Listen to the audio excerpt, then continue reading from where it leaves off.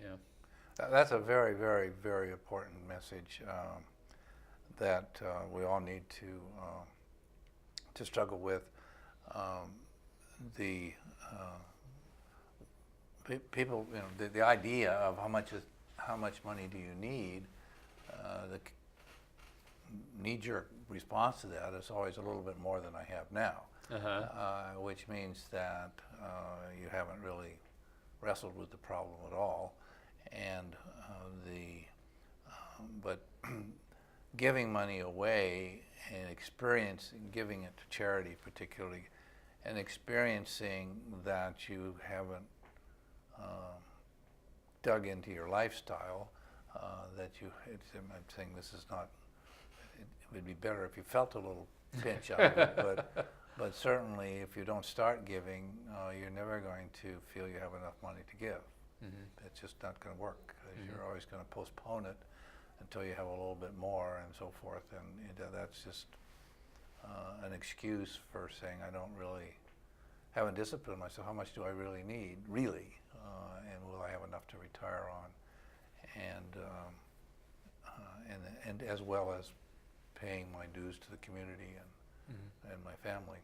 So that's a critical thing. Yeah. What are some other approaches that we can think about for promoting family giving? Well, there are a lot of suggestions. One, of course, is to have family meetings about giving money away. I think those are very important and can be very persuasive. And some families, in order to, as the children grow and they have grandchildren, and some of them have families with wealth, frequently go away as a family, and in order to create that connection with family, because they're so important in our lives, in our life, to have that feeling of belonging and Yes. and love and support, and at those meetings to discuss joint giving and discuss and there are a lot of things, but it takes some discipline to institute those. But I think they're extremely valuable. And all of this is, in an estate planning sense, we don't do this. We don't, write up documents for this, but we try to suggest that these would be effective for the communicating with your children what's going to happen when you die, Mm-hmm. what you felt important, and so forth. When people do things, amazing, they come in and they want to do something out of the typical, leaving equal to everybody and so forth, so there's no hope that there's no struggle or fight among the children over the wealth. But when they deviate for that, when they frequently do, I now ask them, who do you want them to hear this from? Who's the person that you want to have tell them what you've done in your estate plan, particularly when it's not everybody gets an equal share. Mm-hmm. And that's a confronting question, because it's saying, are you really saying defaulting so that the lawyer is going to tell your children what you do and then try to explain to them why you did it this way? That's pretty inefficient and lacks, it's not going to satisfy the children, because they didn't. Why didn't you tell us ahead of time? So, so in that's all part of the wealth management and developing a relationship. Because if you don't tell your children what you're doing with it, I don't know, you have to tell them if it's the default thing. Everybody gets it equal because that's what they expect. But if you're going to do something different and you don't tell them, then you've left them with the message of well, I didn't want to tell you. Yeah. So it's like I didn't include you in this information. Yeah. Well, it's sensed that maybe they were uncomfortable, and it eliminates or dilutes the parental authority. That it's my money, I should have the privilege of doing whatever I want with my money. And if you don't tell them what you've done with your money, then that message is not complete. If you really felt comfortable what you're doing with your money, you would tell me. So these are all, because people are very concerned about whether their children will fight over wealth, particularly when there's significant wealth. So some other things that comes to mind, and I mean, this doesn't seem very exotic, and some families do this, some don't get into it, but anyway, the idea, for example, of working in a community kitchen, Thanksgiving is a great time for doing something like that, but they need people, they need volunteers all the time, and so that's something actually you could do as a family, especially as the kids get older. And again, they can see right there the benefits that are happening within the community, the people that are being helped. And so I think that could be a good activity. Another is, I've seen things about this, that there are different organizations, for example, that are looking for volunteers, maybe even for like an archaeology dig or whatever, something that might be of interest to you, to go and help people someplace else, and you can devote your family vacation to go and participate in some way in those activities, and then that can also give you a reason then for your family to give financial support to that group.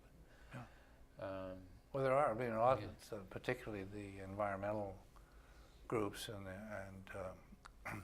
Sierra Club and all those kind of organizations do have, I think, programs for families can participate, and I think those are great. But it's there's a lot of effort that has to go into rounding up the family.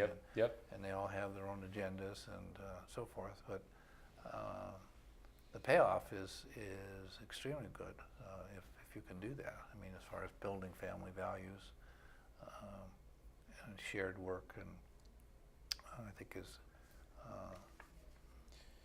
putting your money where your mouth is, so to speak, as far as the parents are concerned.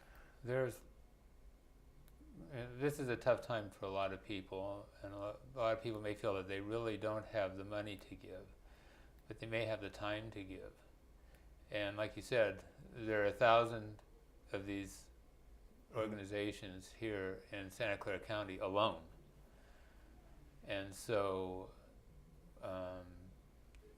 you can get the benefit of giving to these organizations, and it won't cost you a cent. It may cost you some time. But anyway, and again, it can pass a positive message to your kids. But you get that personal benefit as well, as far as satisfaction, having given to your community. There are some internet clearinghouses that I made some notes about some time ago. I think these are still out there. So one is in the Bay Area here, and some of these actually go beyond. So there's www.onebrick.org. There's www.rootsandsshoots.org, and www.smartvolunteer.org. So these are all places that you can find organizations that are looking for people to help. Yeah. Well, the internet is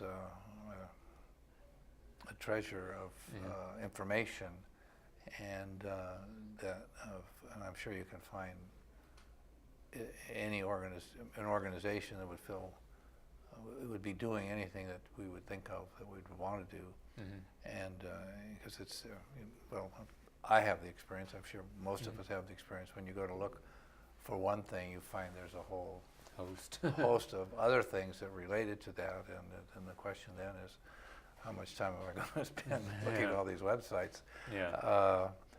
But yes, there is. There's lots of. It's pretty easy now to find organizations that would fit your needs. It's because that we have this wonderful institution born in our generation that has provided more information than we've ever had available to us before. What's the range of organizations that we're talking about? So that's kind of a broad question. Well, only have a couple minutes left. there's some organizations are kind of hand to mouth, and they're small things, doing small local projects. And I'm on a board of one that's now statewide, and it's got a budget of over $100 million, Mhm. and it deals with children, family needs, and developmental problems, and families that have families that have children are, quote, acting out, which means they're out of control. Mhm. And that's a very common in every financial level. And there are ways to deal with that. And so there's every size possible. Mhm. And well, if you have an urge to do something and you can articulate it, you'll find something on the web that'll fit it.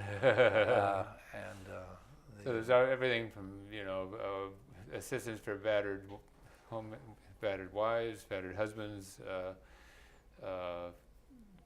services for children. There's local food banks. There's Salvation Army. There's libraries. There's Yeah. schools.